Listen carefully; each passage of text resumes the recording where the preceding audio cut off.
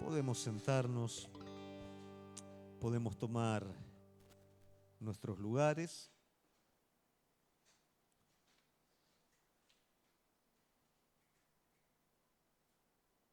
Vamos a apagarlo ese. Estamos con un problema con las luces, bárbaro. Usted ve bien, ¿no? Ahí, ¿se ve bien? No se duerma que tiene luz bajita ahora, ¿eh? Bueno, igual no creo que el tema que vamos a tocar hoy sea para dormirse, porque vamos a hablar un poco de la venida del Señor. Ah. Igualmente no vamos a hacer un gran estudio, vamos a ver en un solo capítulo lo que el apóstol Pablo le dice a los tesalonicenses respecto a la venida del Señor. Pero es importante que cada uno de nosotros podamos de alguna manera tener claro este asunto, porque muchas veces se da confusión. Y la realidad es que cuando nosotros hablamos de la venida del Señor, hay muchos prejuicios, generalmente son por ignorancia de la palabra de Dios. Nunca me olvido, una vez nos contaba mi suegra que en la casa de ella, había ido la hermana, el esposo, habían ido a comer una noche y había una tormenta terrible, con truenos, eso que parece que se viene el mundo abajo, ¿no?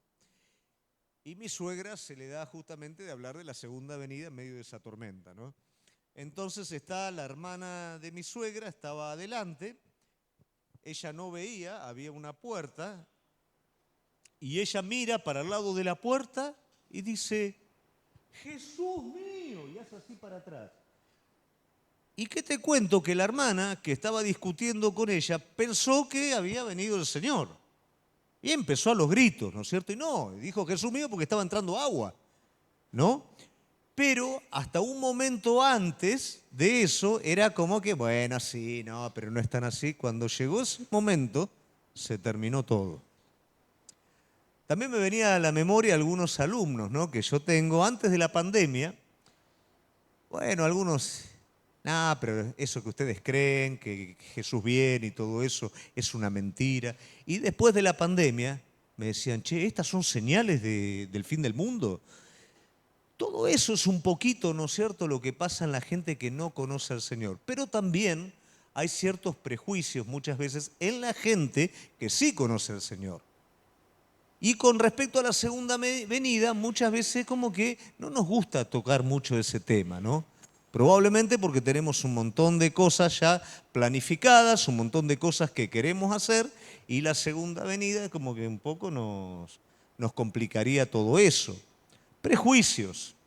En una iglesia también me contaban una vez que el pastor medio picarón hizo algo para la iglesia andaba un poquito floja de papeles, y él habló de las trompetas de Apocalipsis, ¿no? Y escondió dos o tres a los costados, habían unos telones grandes, escondió dos o tres a los costados y empezó a hablar de las trompetas, que cuando suenen las trompetas el Señor viene, cuando suenen las trompetas el Señor viene, todos están listos y todos levantaban la mano, sí, sí, y les hizo sonar las trompetas, no, y les hizo sonar las trompetas, ¿no es cierto? Y cuando sonaron las trompetas, la gente se tiraron todo de cabeza delante del altar, no, Señor, todavía no, pará, falta.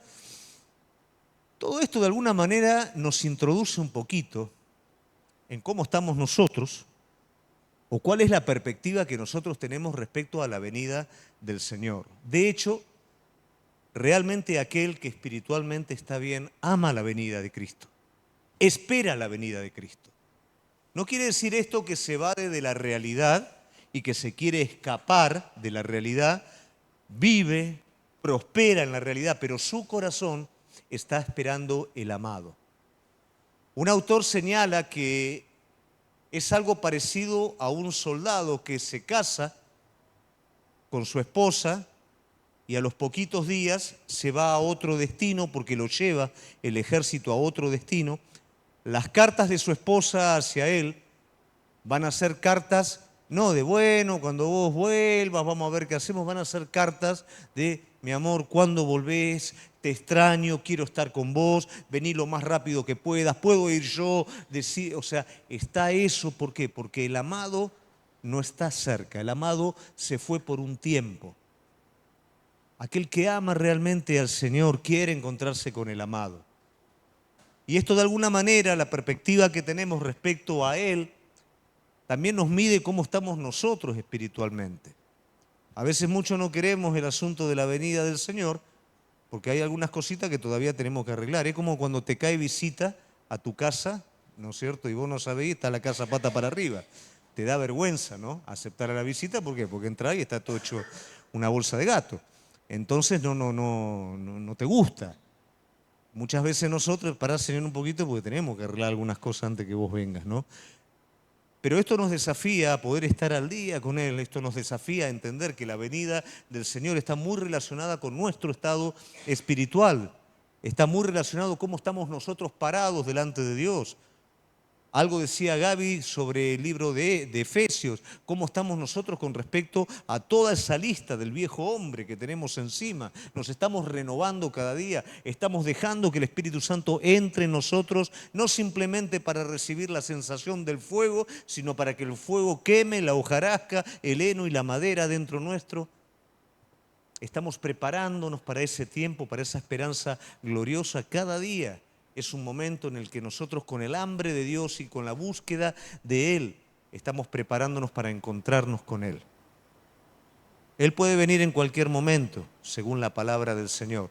Lo importante es si cada uno de nosotros estamos preparados para esta venida, si lo estamos anhelando con todo nuestro corazón. Pero yo quiero contarles un poquito lo que el apóstol Pablo le dice a los tesalonicenses con respecto a la venida del Señor. Él no se extiende mucho, él da 2 o 3 puntos bien específicos y después prepara de alguna manera a la iglesia, les aconseja a la iglesia cómo moverse, qué dinámica tiene que tener el cuerpo en virtud a la venida del Señor, cómo tiene que interactuar cada miembro, ¿no es cierto?, cómo nos tenemos que tratar entre nosotros, preparándonos justamente para recibir la venida del Señor en el momento en el que el Señor venga.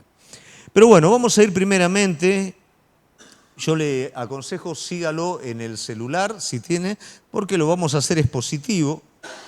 Y yo sé que usted tiene una memoria bárbara, pero no creo que va a memorizar todo. Primera de Tesalonicenses 5, 1 al 3.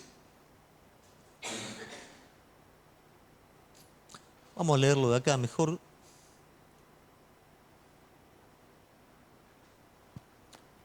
Pero acerca de los tiempos y de las ocasiones, no tenés necesidad, hermanos, de que yo os escriba. Porque vosotros sabéis perfectamente que el día del Señor vendrá así como ladrón en la noche.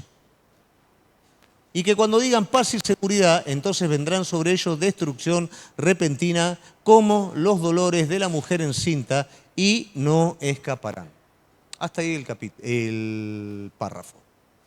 Entonces acá hay 3 puntos que está señalando el apóstol Pablo. Está señalando, primeramente él introduce diciendo, hermanos, no tengo necesidad de escribirle mucho de esto. Es cierto que el apóstol Pablo prepara de una manera sobrenatural a la iglesia y en muy poco tiempo la iglesia tiene entendimiento y conocimiento de aspectos proféticos y escatológicos. De hecho, ustedes van a ver que la carta a los tesalonicenses, la epístola a los tesalonicenses, tiene un montón, ¿no es cierto?, de textos referidos a interpretación de profecía. Entonces, ellos están preparados para recibir el mensaje. Por eso Pablo dice, mucho no hace falta, porque ustedes ya conocen acerca de esto. Volvemos al versículo 1. Habla de los tiempos y de las ocasiones. Siempre se ha discutido con respecto a la venida de Jesús y siempre se ha hablado de tiempo. Hemos llegado a la conclusión, por supuesto, según la palabra de Dios, que ninguno puede decir cuál es el momento justo que el Señor va a venir. No puede dar fecha en todo esto. Si alguno le ha dado fecha o está siguiendo algo por internet donde aparecen fechas, eso no lo siga más, por favor. Eso no es. Eso está mal. Jesús dijo que nadie sabe cuándo va a ser el momento, pero cierto, hay una cierta interpretación, ¿no es cierto?, de los tiempos y del contexto social en el que nosotros hoy estamos viviendo. Eso nos da una pista. Por ejemplo, cuando ocurrió la pandemia, ¿cuál es el problema que hubo? Nadie entendía qué pasaba. Muchos decían, ya viene el Señor, otros no entendían, otros, bueno, hubo mucha confusión. Ahora, cuando nosotros vamos a la palabra de Dios, en Mateo capítulo 25 nos habla que esto es, lógicamente, principio de dolores. Hay una ilustración que el apóstol Pablo le hace a los tesalonicenses, ¿no es cierto?, que es la mujer cuando está encinta. El principio de dolores, ¿qué es? Bueno, es cuando comienzan los dolores que van a vaticinar que de acá a poco va a haber un nacimiento. Ahí tenemos un ejemplo, ¿no? Entonces empiezan los dolorcitos que después van a terminar en un parto, en un dolor grande, pero que después va a haber una bendición que va a superar justamente todo ese dolor. El tiempo que se va gestando hasta la venida del Señor es representado por ese tiempo de parto, en donde los dolores, ¿no?, se van aumentando. Eso es principio de dolores del que habla el Evangelio según San Mateo, y eso es lo que se vivió en el tiempo de la pandemia. Se fue acrecentando todo este tipo de cosas que están ocurriendo en el mundo en la medida que se llega al día del Señor, que va a ser cuando Él venga. Todos estos acontecimientos se van acrecentando. A eso es a lo que el apóstol Pablo se está refiriendo con esto, los tiempos y las ocasiones. También el contexto que nosotros estamos viviendo nos habla. Muchas veces vivimos adentro de un closet, no entendemos qué es lo que está pasando en el mundo, no entendemos muy bien qué es lo que está pasando en nuestro país. Déjenme decirle que es responsabilidad nuestra entender todos los acontecimientos que están sucediendo, por lo menos informarnos, porque eso nos va a ir mostrando en qué etapa estamos en este proceso hasta la venida del Señor. Entonces Pablo le está diciendo, ustedes entienden que estamos en una etapa, ¿no es cierto?, en donde el Señor está viviendo y ustedes saben interpretar un poquito el contexto que los está rodeando. ¿Por qué razón está ocurriendo lo que está ocurriendo? Esto es lo que Pablo le dice a los tesalonicenses. El versículo 2, porque vosotros sabéis perfectamente que el día del Señor vendrá como ladrón en la noche. ¿Cuál es el día del Señor?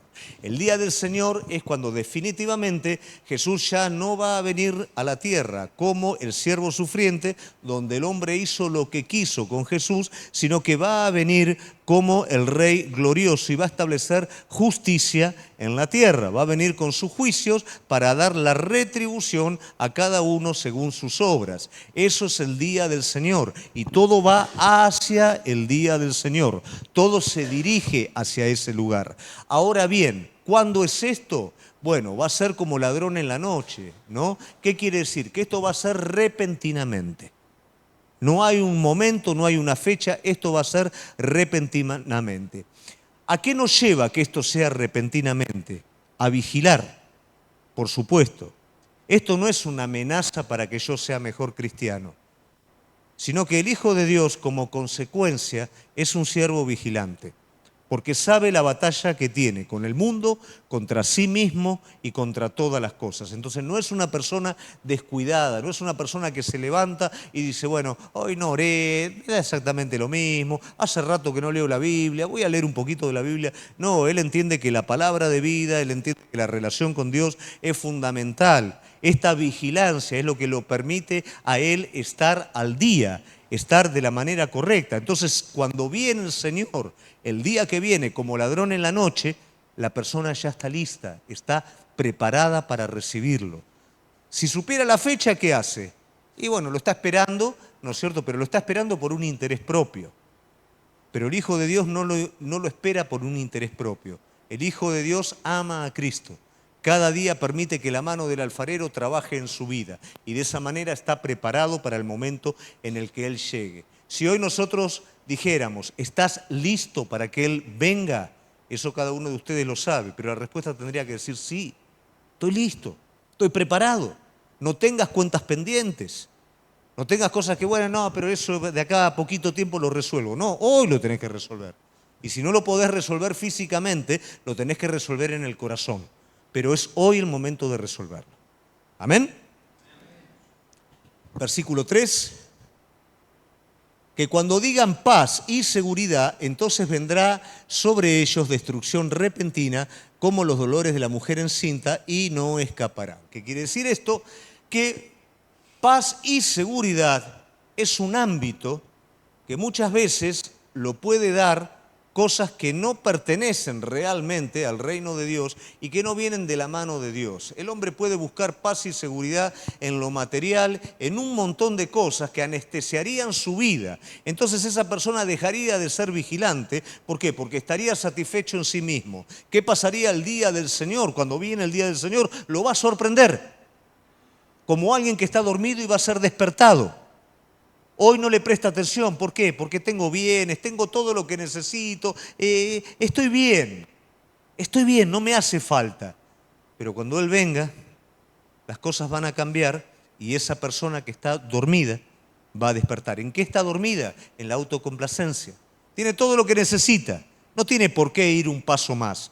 No tiene por qué buscar más, porque tiene todo lo que necesita. Está dormido en eso. Pero lo que realmente necesita no lo tiene. Cuando Él venga no va a estar a la altura de la circunstancia. Todo esto es lo que Pablo le está diciendo a la iglesia de Tesalónica.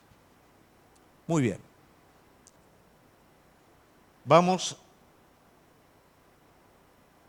4 al 5. Nos habla un poquito de la base, ¿no?, de la exhortación de Pablo. Dice, vosotros, hermanos, no estáis en tinieblas para que aquel día os sorprenda como ladrón en la noche. A ver, si te acordás rápido, ¿qué sería estar en tinieblas? ¿Qué leímos anteriormente? ¿Cómo estarías en tinieblas? ¿Está bien? ¿Qué más? ¿Dormido en qué? En paz y seguridad. No del espíritu, de la carne. Entonces estoy dormido, estoy completamente anestesiado. Entonces, el 4. Ahí yo estaría en tinieblas. ¿Qué quiere decir? Estaría ciego. Las tinieblas es la independencia del Señor, la luz es la dependencia de Él. La luz tiene que ver con el conocimiento del carácter de Cristo, de la voluntad de Dios, del Espíritu. Las tinieblas tienen que ver con ¿qué? Con estar ajeno o simplemente tener un criterio religioso. Acá el apóstol Pablo está poniendo en contraste la luz y las tinieblas y le está diciendo a los tesalonicenses, ustedes pertenecen a la luz. Vamos al 5. Porque todos vosotros sois hijos de la luz e hijos del día. No somos de la noche ni de las tinieblas. Ahora, cuidado con esto, porque nosotros podemos decir, quienes son de la luz son los hijos de Dios, quienes son de las tinieblas son aquellos a los cuales la luz todavía no les resplandeció. Pero muchas veces la luz se puede convertir en tinieblas. De hecho, hay una advertencia, que no sea que nuestra luz se convierta en tinieblas. ¿Cuándo se convierte en tinieblas? Cuando nos empezamos a dormir espiritualmente. El adormecimiento espiritual, que tiene que ver con la insensibilidad hacia Cristo, es un mal que continuamente está presente en nuestra vida. Y donde vos le diste un poquito de entrada, comienza un proceso lento pero efectivo, en el cual las cosas van perdiendo su sabor, van perdiendo su gusto, se van haciendo prácticas, se van haciendo esquemáticas y la esencia la vas perdiendo y dejaste la luz por las tinieblas. Pero ninguno de los de acá dejó la luz por las tinieblas. ¿Amén? Y son todos hijos de luz, ¿es cierto? Amén, gloria a Dios. Qué linda iglesia. Bueno, vamos al 6, del 6 al 8. Por lo tanto, no durmamos como los demás, sino velemos y seamos sobrios. ¿Quiénes son los que duermen? Los que duermen son los que no tienen conocimiento de Cristo, o sea que están muertos en sus delitos y pecados, y los que duermen también son aquellos que se entibian. Por eso en la palabra somos exhortados a despertarnos del sueño para que nos ilumine ¿qué? La luz de Cristo.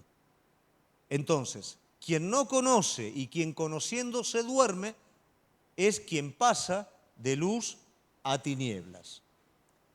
Velemos y seamos sobrios.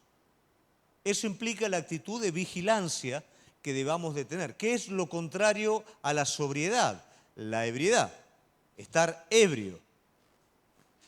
Ser sobrio es estar a la altura de las circunstancias, es tener el sentido común, es tener la visión concreta de cada una de las cosas. La persona que está ebria, ¿qué pasa con sus sentidos? No reacciona, ¿no?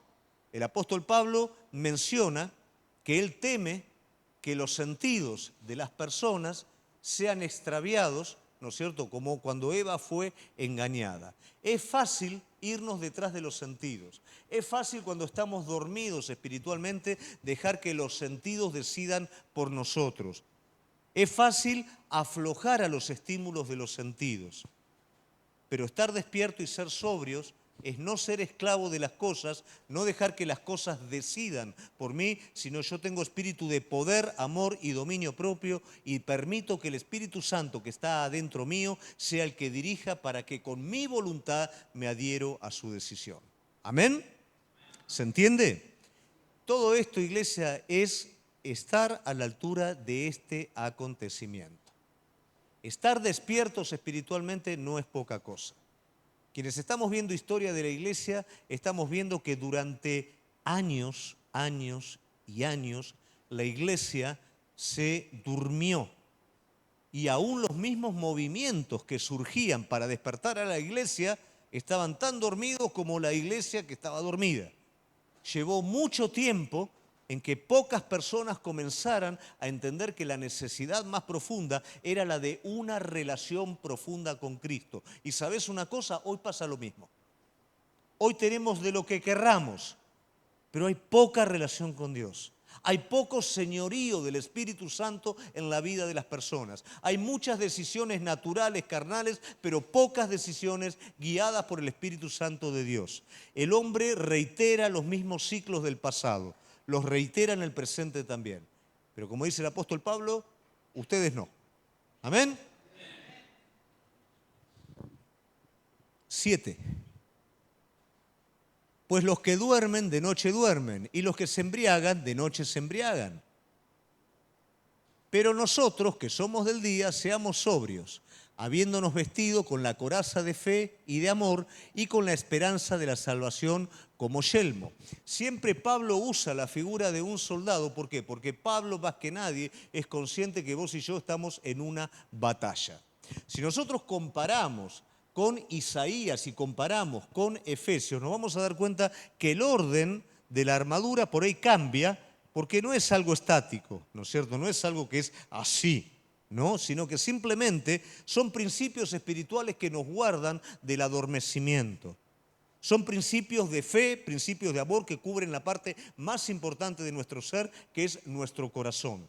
En los postreros tiempos, que por supuesto son tiempos que hoy estamos viviendo, dice la palabra de Dios que la maldad que hay en este mundo, ¿qué va a hacer? Nos va a endurecer. Nuestra fe va a ser atacada. Vas a ver cosas y el enemigo va a dibujar cosas con tal de robar esa fe que es más importante que todo el oro del mundo. Eso es en donde nosotros estamos. Por tanto, la figura de un soldado tiene que apegarse también a nuestras vidas. Tenemos que estar protegidos. Nuestro corazón tiene que estar protegido por medio de la fe y por medio del amor. La fe que obra por el amor va a guardar nuestros corazones en Cristo Jesús. Y el yelmo en nuestra cabeza, nuestros pensamientos, deben de proyectarse a la esperanza de la venida de Cristo. De esa manera vamos a permanecer despiertos. Si no, es muy fácil perder en el camino la esencia y quedarnos con la cáscara de las cosas. No os malinterprete, muchas veces uno cree que es la necesidad la que te deja fuera del camino y generalmente es todo lo contrario. Es la abundancia la que me entretiene y me duerme. ¿Cómo hago en todo esto? Dios quiere prosperar la vida de cada uno de nosotros, en todas las cosas, pero es importante que vos puedas poner en todo momento tu corazón en Él.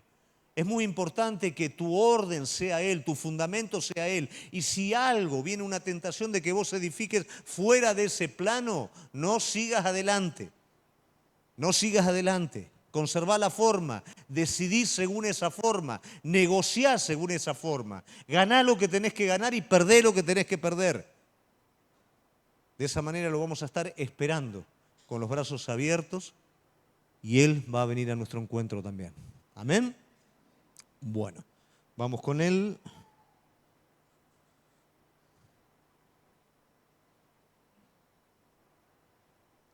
11. Por lo cual, animaos unos a otros y edificaos unos a otros, así como lo hacéis. Esta enseñanza sintetizada, Pablo se la está dando a los tesalonicenses. Ahora Pablo le va a decir, bueno, ¿cómo vamos a hacer nosotros como iglesia frente a esta realidad espiritual? ¿Cómo vamos a esperar al Señor? ¿Qué tenemos que hacer nosotros como iglesia? ¿Nos vamos a quedar solamente sentados esperando o hacemos algo? Bueno, él dice, por lo cual, animaos unos a otros y edificaos unos a otros. ¿No recuerda la visión de la iglesia? ¿Más o menos? ¿Mm? Para que usted vea que es bíblica, no es cosa de hombre. Entonces, animaos los unos a los otros. Generalmente cuando nosotros venimos a la iglesia, ¿qué venimos a buscar? Ánimo, que nos animen. Bueno, acá Pablo está diciendo al revés. Anima a otro. Entonces vos vas a ser animado. Cuando viene el otro bajoneado, no te enganches en el mismo bajón del otro, porque si no... Cuando viene el otro bajoneado, aunque vos estés bajoneado, si vos tenés un poquito más que el otro, sembrá ánimo en él. Vos lo vas a ver que él se levanta y vos te vas a levantar juntamente. ¿Mm? Edificaos unos a otros. A veces llegás que no tenés más nada. Vos decís, no tengo nada. Pero siempre vas a tener algo porque el Señor ya empezó a sembrar adentro tuyo desde hace años. Y probablemente lo que vos tenés lo vas a poner en la vida de otro y eso va a dar fruto enseguida. Pero es independiente a tu estado de ánimo. Vos sos el que decís, ¿qué voy a dar a otro? Mirá cómo me siento. Vos dale igual al otro, vas a ver cómo el otro se va a edificar y vos como consecuencia te vas a edificar también. Entonces, dos aspectos importantes de la iglesia. Anímense unos a los otros, edifíquense uno a los otros. Esto no es un asunto de liderazgo. Esto no es un asunto del lugar que cada uno ocupa. Esto es un asunto de cuerpo en general. Yo cuando recién llegué a la iglesia y veía uno bajoneado, me acercaba, che, ¿te puedo ayudar en algo? No, porque me dejás orar por tu vida y poquito tiempo, no sabía. Pero había una realidad, yo no podía estar adorando y levantando los brazos mientras el que estaba al costado mío estaba con la cara así, sentado en el asiento, tapándose la cara porque estaba mal. ¿Por qué? Porque es parte mía. Vos no podés estar bien si ves que el que está al lado tuyo está mal. Es parte tuya. Cuando vos estés mal, Él te va a estar ayudando a vos, Él te va a estar animando y edificando. Ahora lo tenés que hacer vos. Y así continuamente nos mantenemos entre todos despiertos para la venida del Señor, alentándonos y edificándonos. Y no importa la edad, no importa chicas, no importa adolescentes, no importa niños. Un niño muchas veces te va a dar una palabra que te va a dar vuelta como una media, porque el Señor usa a los niños. Amén.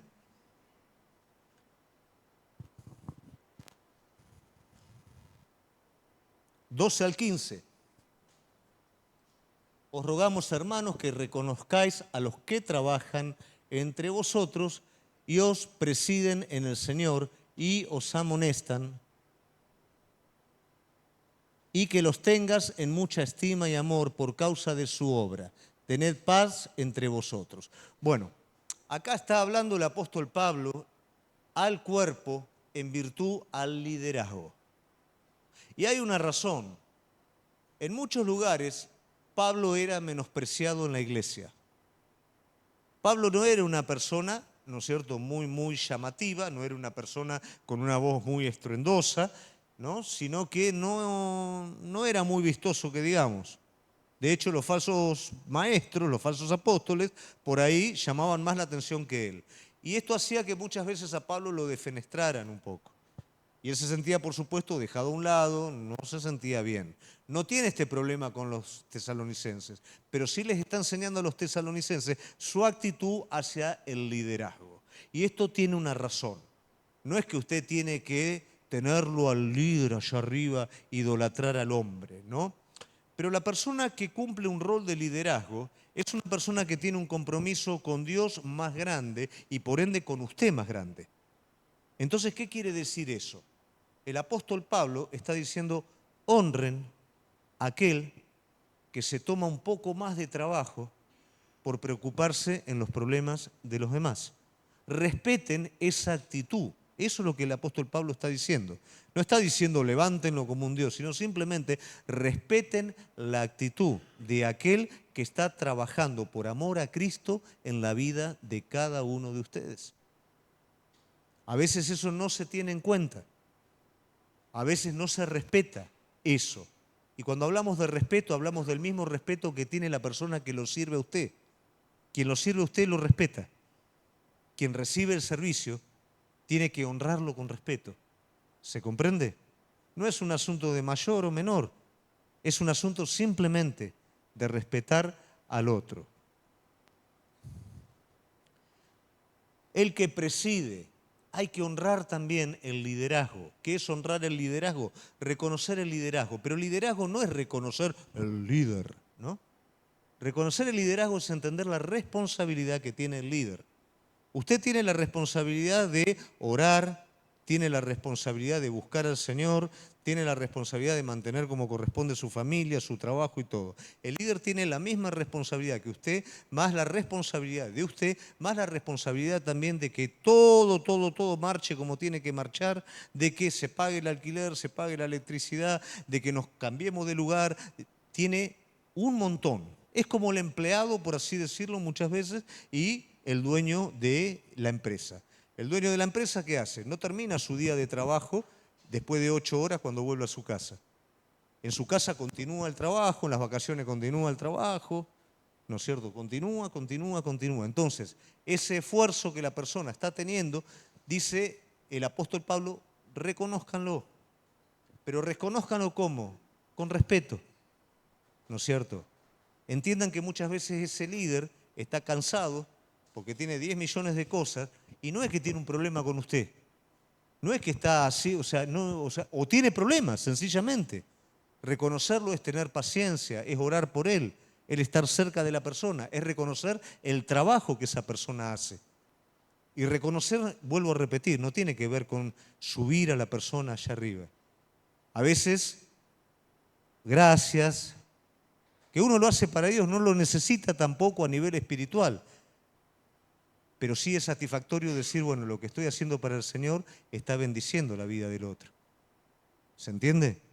Entonces, cuando vos tengas un líder, como tenés, que te está ayudando, cuando vos seas un líder, vas a necesitar lo mismo que vos le vas a dar a ese líder que hoy te está ayudando. Eso es lo que el apóstol Pablo está diciendo. De esta manera nos preparamos para recibir al Señor. ¿Por qué? Y después llegamos al final, ¿no es cierto? Tengáis mucha estima y amor por causa de su obra, tened paz entre vosotros. Cualquier líder, cualquier siervo de Dios, ¿qué más no quiere que haya paz en la iglesia? Es como cuando vos venís a tu casa. ¿Qué querés cuando llegás de trabajar y todo? Entrás a tu casa, ¿qué querés? No querés que la casa sea una bolsa de gato, ¿no? Querés que tu esposa esté bien, tus hijos estén bien, que todo esté en orden, ¿no? Si no llegás a tu casa es un lío. ¿Qué quiere la persona que sirve a Dios y que preside? Que en la iglesia haya paz uno con los otros. No que, pastor, ¿sabe lo que me hizo? No. Queremos que haya paz uno con el otro, que estén bien, que se estén edificando, se estén alentando, que el cuerpo sea sano.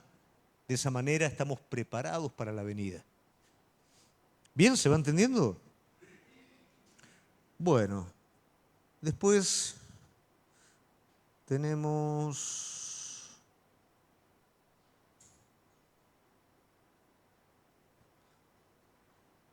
A ver, el 14.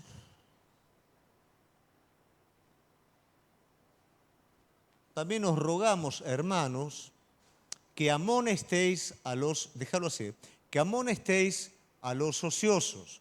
¿Qué es amonestar a los ociosos?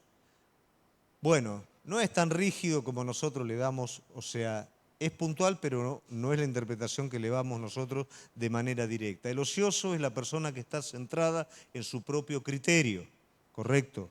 Es ocioso en su propio criterio, no quiere aprender. Entonces, ¿qué es? Amonestarlo. ¿Cómo amonestarlo? Amonestarlo siempre bajo el espíritu de amor, Amonestarlo siempre desde la humildad. Un siervo de Dios, un líder, no se enseñorea del rebaño, sino todo lo contrario. Trata de llegar a esa persona como Cristo llegó a los suyos, ¿no? Entonces, desde ese lado, calentéis a los de poco ánimo, ¿qué son? A los de carácter apocado, que en su corazón aman servir a Dios, quieren servir a Dios, quieren ir adelante, pero por temperamento, tal vez son un poquito apocados y eso. ¿Qué tenemos que hacer? Por supuesto que tenemos que estar ayudando, tenemos que estar alentando. Mire, yo estoy entrenando a unos chicos y ellos de acá a 2 meses tienen que correr 5 kilómetros. Ahora, la prueba para que ellos corran los 5 kilómetros, tienen que correr 5 kilómetros de manera particular y tiene que correr 5 kilómetros el equipo sin que nadie deje de correr. Son 10 personas, los 10 tienen que correr 5 kilómetros en equipo y tienen que correr 5 kilómetros otro día, ¿no es cierto?, de manera individual. Si ellos van a correr solamente 5 kilómetros y el equipo no cumple la meta, ellos no pasan la prueba. ¿Por qué razón? Porque son jóvenes que se los está preparando para el ministerio. Y eso es la iglesia. Si nosotros corremos solos y parte de la iglesia se queda en el camino, no estamos cumpliendo la meta. Si no somos capaces de trabajar sobre la persona, porque ellos tienen que hacer eso, ¿eh? Ellos se tienen que levantar temprano con los que corren poquito y lo tienen que hacer correr para poder cumplir la parte de ellos. Los tienen que entrenar ellos mismos. Pero la iglesia es lo mismo. Nosotros nos tenemos que ayudar. Y si hay alguien de poco ánimo, lo tenemos que animar. Y si a vos te sobra ánimo, convidale ánimo al otro. De esa manera nos edificamos, nos alentamos y nos ayudamos. De esa manera nos preparamos para recibir al Señor. Que sostengáis a los débiles, que seáis pacientes para con todos. Gaby habló cuando estaba haciendo referencia al libro de Efesios, ¿no? Habló mucho de la justicia propia. La justicia propia nuestra es totalmente imperfecta porque es rígida cuando nosotros nos sentimos bien y le toca al otro, ¿no? Pero es blanda cuando nos toca a nosotros. Entonces, ¿qué pasa? Para no ser juzgados, no juzguemos de manera incorrecta. Dios no nos manda a juzgar, nos manda a ayudar. Nos manda a socorrer al que lo está necesitando. No pague nadie mal por mal. Muchas veces las ovejas se rechiflan y tiran patadas. ¿Me entendéis? Y te van a tirar patadas si vos estás sirviendo. Pero ¿qué pasa? Vos estás sirviendo. Vos estás en lugar de liderazgo. Aguantate la patada. Y andá y ayudala. Te está pateando porque está necesitando. No le devuelve una patada a la oveja. ¿No? No devuelve una patada a la oveja. Entonces, te patea porque está mal. Bueno, vos estás bien, ayudala. Después va a estar bien, ella también. Pero eso es a lo que el Señor nos llamó. De esa manera lo esperamos a Él. Seas paciente con todos. ¿Qué más nos queda? Y el 15, para terminar, mira que ninguno pague a otro mal por mal. Antes seguid siempre lo bueno, uno para con otros y para con todos. Y yo lo quise ayudar, pero no me abre la puerta, no me deja, no me da. Orá por él. Está cerca de la persona. A veces para lo que nosotros queremos sí damos un paso más, pero para otras cosas vamos a la justicia rasa, ¿no? Es dar un paso más. Es no responder mal por mal. Cuando vos estás expandiendo, Cristo se está formando en tu vida. Cada vez te estás pareciendo más a Él y cada vez más ganas tenés de encontrarte con Él. ¿Sabés cuándo no querés encontrarte con Él en la avenida? Cuando tu persona no tiene nada que ver con la de Él. Porque sabés que vas a ser expuesto. El tiempo que estamos acá, iglesia, lo que Dios te toca vivir hoy aquí como iglesia, los desacuerdos que tengan uno con los otros, es toda una preparación para ese gran día.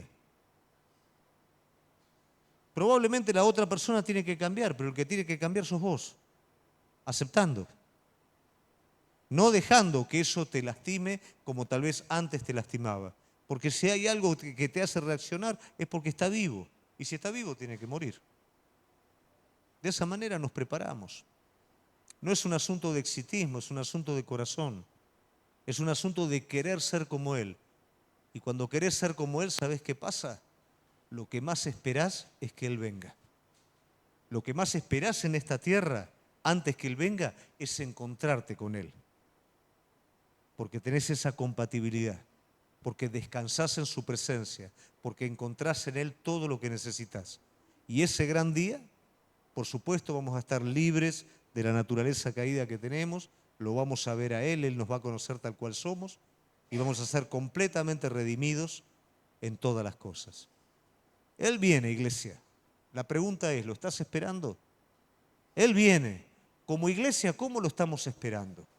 ¿Nos estamos animando los unos a los otros? ¿Nos estamos ayudando? ¿Estamos respetando el liderazgo? ¿Estamos siendo agradecidos con el liderazgo que nos ayuda a crecer? ¿Nos estamos alentando el uno al otro? ¿Nos edificamos el uno al otro? De esa manera lo esperamos. Acordate que no sos un individuo solamente, sos un individuo corporativo. Sos un miembro de un cuerpo. Si vos estás mal, el cuerpo está mal. Tu semejante está mal. Si vos estás bien, el cuerpo está bien. ¿Cómo lo esperamos? ¿Lo esperamos con ansias? ¿Lo esperamos con todo nuestro corazón? ¿Querés que venga? Amén. Vamos a ponernos de pie.